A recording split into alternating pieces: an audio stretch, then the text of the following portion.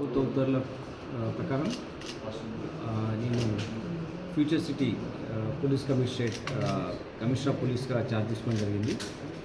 ఇది మన రాష్ట్రంను ఉన్నతమైన అభివృద్ధి దశలో తీసుకెళ్లాలని చెప్పేసి మన రాష్ట్రంలో ఉన్నటువంటి అభివృద్ధి ప్రపంచ దేశాలకు తెలిసే విధంగా ఒక ఫ్యూచర్ సిటీని ఇక్కడ డెవలప్ చేయాలనేదే ప్రభుత్వ సంకల్పం.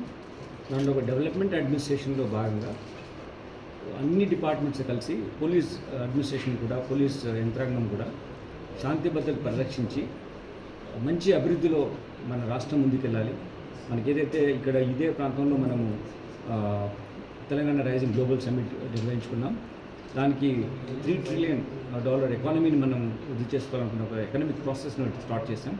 దాంట్లో అన్ని డిపార్ట్మెంట్స్ సంఘీభావంతో అన్ని డిపార్ట్మెంట్స్ ఒక యునైటెడ్ వ్యవస్థగా మారి డెవలప్మెంట్ కోసం మనము బాధ్యత తీసుకోవాలనే ఉద్దేశంతో ఇటువంటి కమిషనరేట్ను క్రియేట్ చేయడం.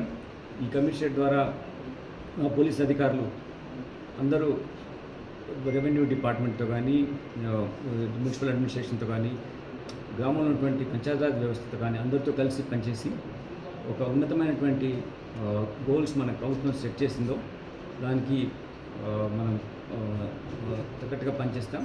ఈ అవకాశం ఇచ్చినందుకు నేను మన గౌరవ ముఖ్యమంత్రి గారికి, మన రాష్ట్ర ప్రభుత్వానికి నేను ఇళ్ళ కృతజ్ఞతలు తెలియజేస్తున్నాను. మా అధికారులందరూ ఇంతకుముందు ఇంతకుముందు ఉన్నటువంటి కమిషనరేట్లో భాగం కాబట్టి అధికారులంతా తెలిసిన అధికారులే.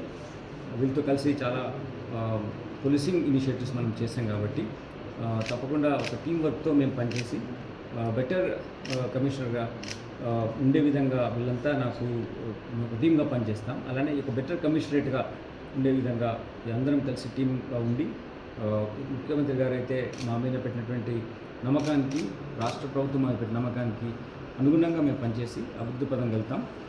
ఇక్కడ ఉన్నటువంటి పోలీసింగ్ రిక్వైర్మెంట్స్ మీద, హెల్త్ నీడ్స్ పైన పూర్తి అవగాహన ఉన్నది కాబట్టి మా అధికారులందరూ సమర్థవంతంగా పనిచేయడానికి కృతజ్ఞతలతో ఉన్నారు. మీ సహకారం కూడా కావాలి. మీతో కలిసి బెటర్ పోలీసింగ్ అందించాలని మేము ప్రయత్నం చేస్తున్నాం. ఇక్కడ ముఖ్యంగా ఏంటంటే ఎవరైతే చట్టంకు అనుకూలంగా ఉంటారో, చట్టంతో కలిసి పనిచేస్తారో వాళ్ళు తప్పకుండా పోలీస్ వ్యవస్థ వాళ్ళతో తోడుగా ఉంటుంది. చట్ట వ్యతిరేక కార్యక్రమాలు ఎవరైనా పాల్పడినా కానీ వాళ్ళపైన చాలా చట్టప్రకంగా చాలా తీవ్రమైనటువంటి కఠినంగా కూడా చర్యలు తీసుకోవడానికి మేము సిద్ధంగా ఉంటాం. కాబట్టి కామన్ మ్యాన్ ఎవరైతే ఉంటారో అతనికి పూర్తి రక్షణ కల్పించడానికి వ్యవస్థ ఉంది. దానికి పోలీసు వాళ్ళు మేము పనిచేస్తాం. మీరు ఎప్పుడైనా సరే మా దగ్గరికి వచ్చి ఎటువంటి సహకారం కావాలన్నా చట్టపరంగా తప్పకుండా మీరు అడగాలి. మేము ముఖ్యంగా మాకున్నటువంటి బేసిక్ అంటే visible policing, quick response and use of technology, ఇది బేసిక్గా VQT అనే ఒక విధానంతో బెటర్ సర్వీస్ డెలివరీ చేయాలనే ఉద్దేశంతో ఉన్నాం. బట్ ప్రజలందరూ మా ఉన్నటువంటి పోలీస్ అధికారులతో కలిసి మంచి శాంతి భద్రత పరీక్ష పాల్గొన్నాం. Thank you.